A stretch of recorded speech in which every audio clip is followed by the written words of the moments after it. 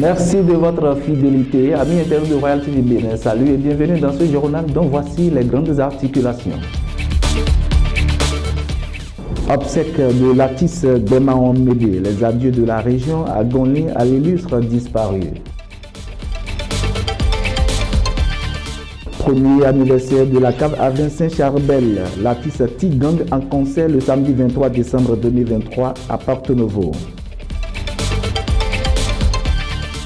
Et puis, atelier de revue sur la redevabilité niveau zone sanitaire, le noble combat de la qualité des soins de l'APNUS. Vous suivrez le point de tous ces titres dans ce journal. L'APNUS, entendez, la plateforme nationale des utilisateurs des services de santé, a organisé le 30 novembre et le 1er décembre 2023 un atelier de revue sur la redevabilité. Cela s'inscrit sur les actions de redevabilité. C'était à l'hôtel Relais International de Porto-Novo. Suivez le point. Merci. S'inscrivant dans le cadre des actions de redevabilité, l'APNUS, entendez, plateforme nationale des utilisateurs des services de santé, a organisé un atelier de revue sur la redevabilité niveau zone sanitaire.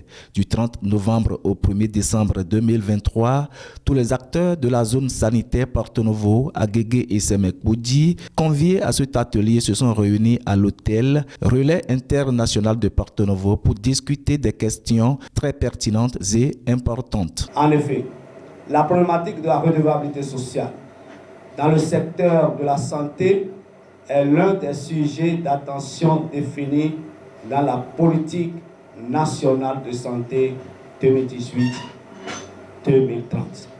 C'est pourquoi, avec ses partenaires stratégiques, notamment Enabel et Memisa, la plateforme inclut de plus en plus la culture de la redevabilité dans ses actions. Le président du conseil d'administration de l'APNUS décrit les raisons de la tenue de cet atelier de la zone sanitaire PASS. Aujourd'hui, quand on parle de redevabilité, c'est une manière quand même de dire, d'amener vraiment ceux qui sont des porteurs d'obligations, de dire vraiment ce qu'ils ont pu faire aux détenteurs de droits. Donc c'est bien ça. Et quand on dit dans le secteur de la santé, les acteurs de l'offre sont des porteurs d'obligations. Quand vous prenez les élus, les collectivités locales, ils sont des porteurs d'obligations. Et vous savez qu'il y a beaucoup de choses qui se passent dans le système de santé. On ne veut pas dire que tout est négatif. Il y a beaucoup de choses qui se passent également de façon positive, mais il y a quand même aussi qui se passent de façon négative. Donc il est quand même important que aussi bien les offreurs de soins, aussi bien les collectivités locales, aussi bien nous-mêmes demandeurs de soins, nous puissions nous asseoir pour quand même réfléchir sur ce qui ne va quand même pas, comment nous allons pouvoir vraiment améliorer cela. Chacun va apporter sa pierre à l'édifice. C'est bien dans ce cadre que s'inscrit cet atelier. Pour les participants, cet atelier est une réussite et doit être pérennisé. Cet atelier est un atelier abouti. Ça nous a permis de voir effectivement la présence de PNUS dans la zone sanitaire. La question de la santé n'est pas seulement la question des agents de santé tels que les médecins, mais c'est aussi la question de la population.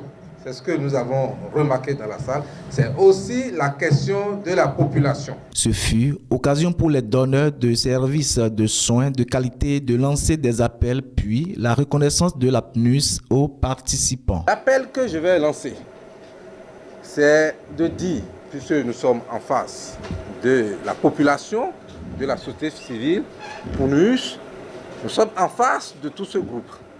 Nous allons leur dire aussi de nous aider. Nous avons un objectif, un grand objectif à atteindre, de nous aider à lutter effectivement contre les cabinets fictifs. Je voudrais d'entrée de Dieu vous dire merci. Merci pour votre présence effective, pour votre disponibilité et les échanges que nous avons eus pendant 2 jours à l'hôtel Le Relais International pour échanger et partager les expériences de vie en matière des soins et services de santé de meilleure qualité. C'est dans une ambiance très conviviale que cet atelier a pris fin à l'hôtel Relais International de Porto Novo. Faut-il le rappeler, au cours des activités de l'atelier, 3 communications ont été faites. Des débats et témoignages des usagers des centres de santé ont ancré cet événement. Enfin, des suggestions et propositions ont été faites pour améliorer les irrégularités notées. De tout mon cœur. Inaugurée le 6 novembre 2022 à Porto Novo, Cartier remet la cave à vin Saint-Charbel à l'occasion de son premier anniversaire, organise un géant concert à sa clientèle le samedi 23 décembre 2023 prochain avec le célèbre artiste Tigang. Plus de détails, c'est dans ces extraits. Pour le 23 décembre, nous avons invité l'artiste Tigang pour le samedi 23 décembre. L'entrée est libre et gratuite. La consommation est exigée. Par contre, nous avons pris les dispositions sécuritaires. La population n'a pas à s'inquiéter. Le plus grand cadeau de la cave, c'est l'animation que nous voulons faire ici pour le 23 décembre. Vous voyez, donc je vous prie de sortir massivement.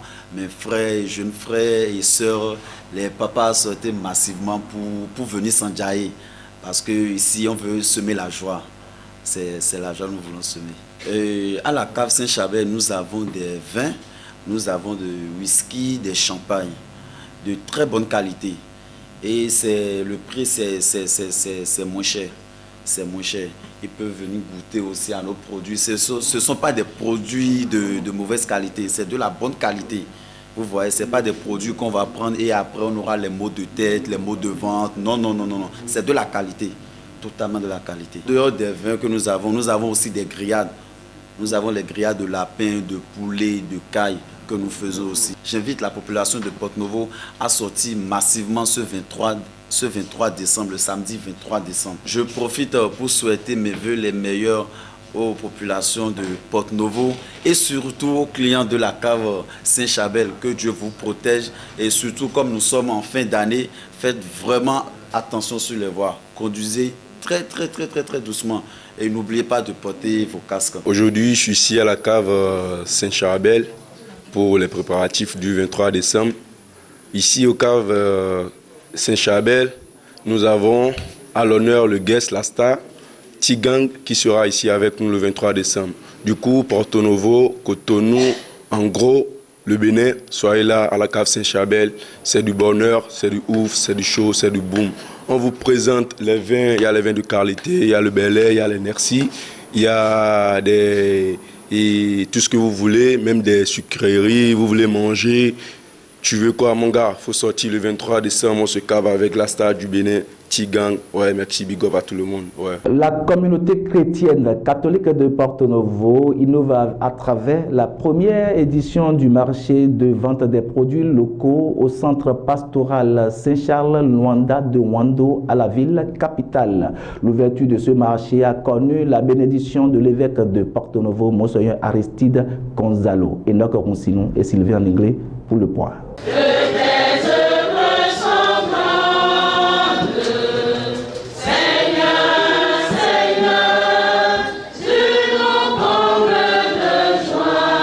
Du nouveau à Porto Novo, au quartier Wando, dans le 5e arrondissement. Le marché Laudato Si du centre pastoral Saint-Charles Luanga de Porto Novo. Une initiative qui vise à faire consommer le local et lutter un tant soit peu contre le chômage. Et ici, c'est le marché Laudato Si. Donc le marché qui loue, qui célèbre les merveilles de la création de chez nous au Bénin.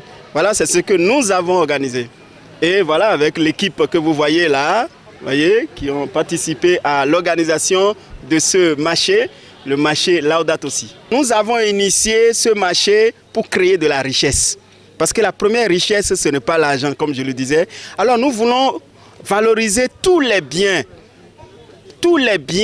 qui sont les merveilles de la création ici.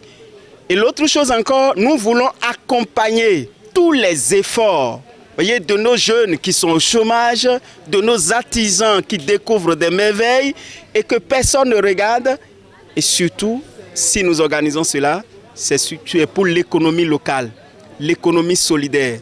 Parce que l'argent, si nous dépensons pour acheter les biens des autres pays, ce qui n'est pas mal, mais si on n'achète que les biens chinois, japonais, nigérians et qu'on ne dépense pas l'argent chez nous, c'est normal qu'il n'y ait pas l'argent dans le pays, puisque le peu que nous gagnons, nous l'envoyons ailleurs. Alors c'est pour aussi éduquer à une éducation locale, une économie solidaire et aussi pour aider les jeunes à sortir du chômage. La création de ce marché cadre avec la vision du Saint-Père, le pape François. Ce marché Laudato Si, pourquoi? Parce qu'en fait, le pape François a écrit un document qui s'appelle justement Laudato Si, en français « Loué sois-tu ». Et dans ce document, il a vraiment exposé la vision de l'Église en matière de progrès et en matière de développement.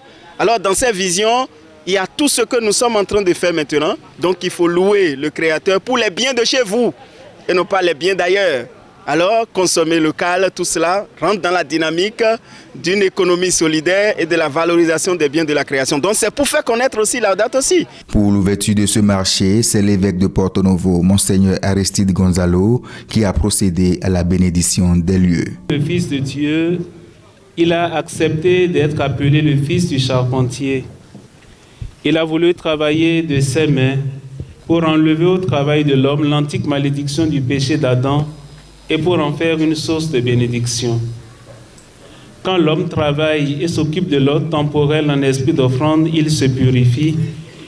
Il développe par son intelligence et son savoir-faire l'œuvre de la création.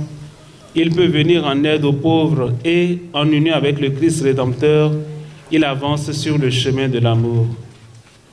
Bénissons Dieu.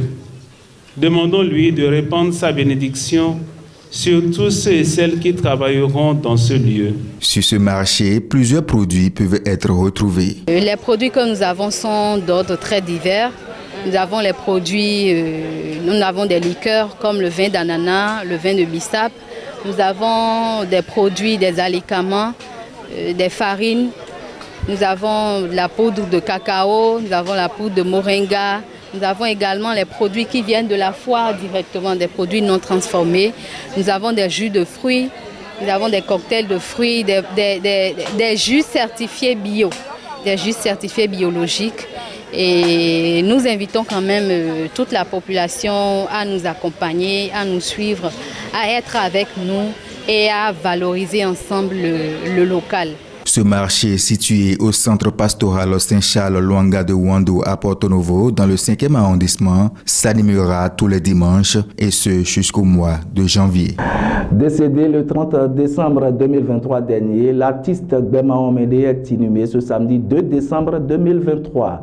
Avant les obsèques, la communauté de la région à Gonli rend ses derniers hommages à l'illustre disparu. C'était ce vendredi 1er décembre 2023. Suivez le point avec nos confrères de Icon TV, Barnabé Quintou et Fiacre Agavoedo.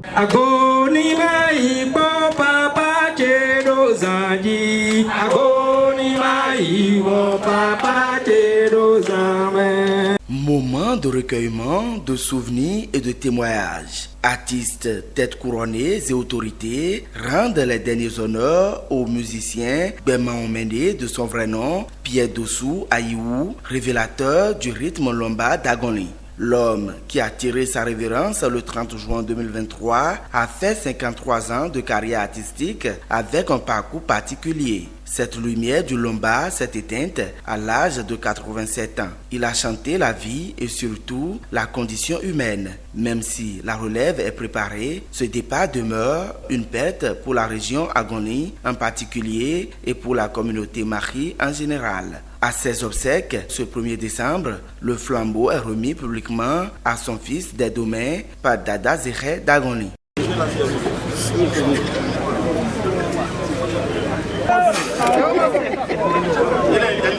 Gbema Omede, désormais esprit protecteur, veillera sur ses bienfaiteurs des jours sombres. Selon les propos des 3 maires des communes sœurs d'Agoni, la star a laissé un héritage artistique consistant.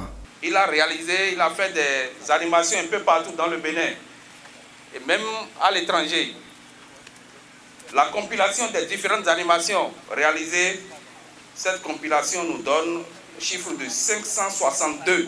Les différents recoupements faits, nous avons pu retrouver 72 morceaux de Gbeman Omende qui sont conservés et qui sont dans les archives. Tes œuvres d'esprit pour lesquelles tu as consacré plus d'un demi-siècle de ta vie. C'est ça qui fait de toi le médecin, le plus grand du sikhisme, l'éveilleur de conscience, la voix des sans-voix, le gardien des valeurs essentielles de notre culture, le semeur, le philosophe dont les paroles nourrissent l'âme. Les populations de la commune de Zanyanando, le conseil communal de Zanyanando, par ma voix, papa, te rendent un dernier hommage. Tous ceux qui vont vouloir imiter Papa Gbeman Omende, la barre est très haute. À ces occasions, les discours n'ont plus d'importance. Il a fait la fierté de notre région et la fierté de notre pays à travers ses productions, ses œuvres.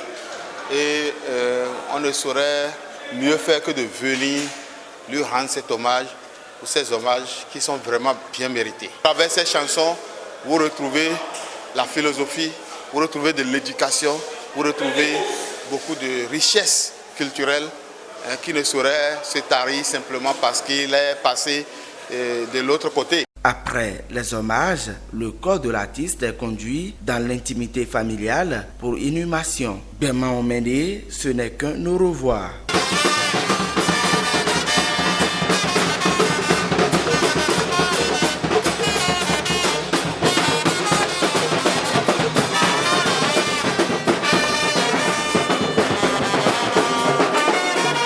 Aussi, au cours de la même occasion, l'association Marie Wendo a rendu également ses derniers hommages au patriarche Gbeman Omende, Barnabé Kintou et Fiacre à Gavo Edo de Icon TV pour le point.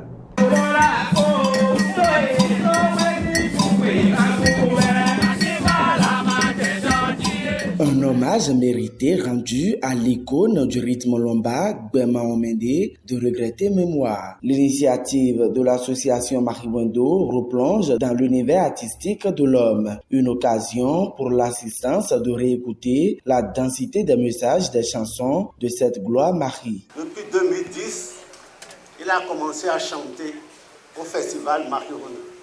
C'était à Kétou. Et ce jour-là, il nous a montré qui il est. Il est quelqu'un qui ne cache pas ses impressions. Il nous a spécialement marqué par un geste. Marie Wendo est complètement content et complètement heureux de lui avoir rendu les hommages qu'il faut. Parce que sur ce même podium, pendant qu'il vivait, il a été honoré par Marie Wendo qui lui a offert un prix spécial d'une valeur de 350 000 francs. Pas en argent, mais en objet.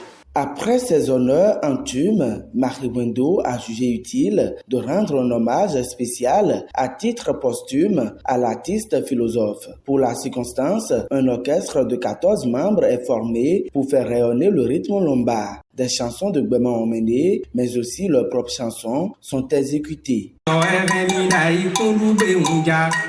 Et aujourd'hui, nous venons rendre un hommage à un artiste, pas des moindres, Gbeman Omende, que nous connaissons tous. Merci à l'association Marie Wendo, à son président, Papa Jean Bonomé. Une enveloppe est remise à la famille du défunt en guise de soutien de l'association Marie Wendo. Gbeman Omende, plus de nouvelles chansons. La superstar s'en va définitivement, mais l'artiste vivra pour toujours à travers ses œuvres.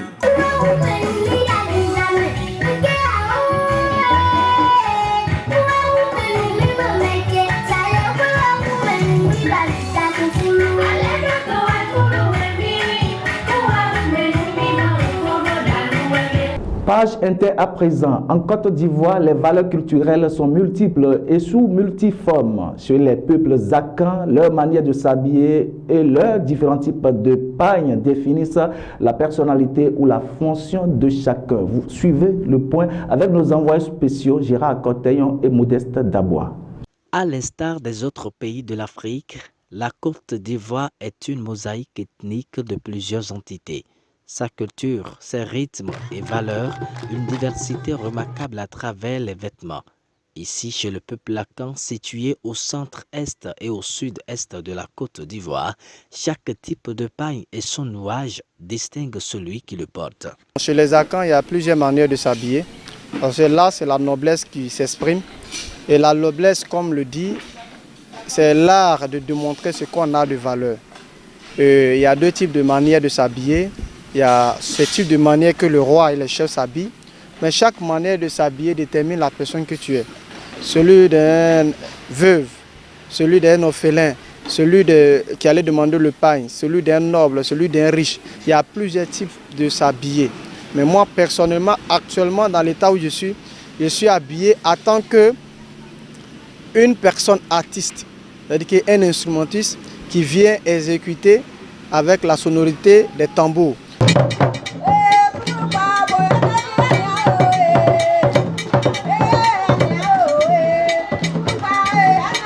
Un roi, il a sa qualité de pagne que le roi porte, que les autres chefs ne portent pas.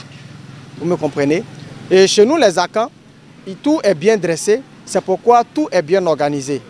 Car les rois, quand ils portent des pagnes, ça descend à terre. Car les rois, quand ils portent des pagnes, ça ne descend pas à terre. Il y a des gens, quand ils portent des pagnes, ce sont des pagnes de qualité. Il y a des gens aussi, ils ne mettent pas le pain comme je l'ai mis, ils le mettent simplement sur leur poitrine. Il y a des gens qui l'attachent ici. Et il y a d'autres aussi qui sont des esclaves, qui ont aussi leur manière et leur style de s'habiller. Il existe plusieurs types de pagnes selon le motif. Il y a des marques de symboliques qui symbolisent le peuple Akan. Par exemple, la Dingra. La Dingra, c'est la philosophie du peuple Akan. L'art de parler, de communiquer avec les symboles d'Ignamé, Sankofa, retour à la source, c'est-à-dire que revenir en arrière pour préserver notre culture, aller prendre tout ce qu'on a de là pour enregistrer, pour faire parler de notre culture. S'identifier à travers son style vestimentaire, c'est la lutte que fait ce grand peuple au quotidien. La fierté de s'habiller en dignes filles et fils de Akan se lit sur les visages un peu partout. Quand on se met là-dedans, on se sent chez nous, responsable, fier. On est fier de ça parce que c'est notre tradition. On respecte notre tradition aussi. La valorisation des valeurs endogènes est le message que véhiculent ceux qui attachent du prix au consommant local. Pour les descendants de Akan, il n'est point question de porter ni de promouvoir les pagnes qui ne parlent pas Afrique. Le message est noble, comme on le dit dans notre langage, le Sankofa, qui est notre marque, notre lumière, notre torche, pour dire retour à la source et allons chercher ce que nos parents nous ont légué, nos parents nous ont laissé, afin de le valoriser. Parce qu'aujourd'hui, les grands puissants de ce monde, quand on parle de la Chine, quand on parle de l'Inde, leur force, c'est leur culture. Bon, selon moi, je pense qu'ils doivent, disons, aimer leur culture. Parce que c'est ça qui nous fait. C'est ça qui nous fait.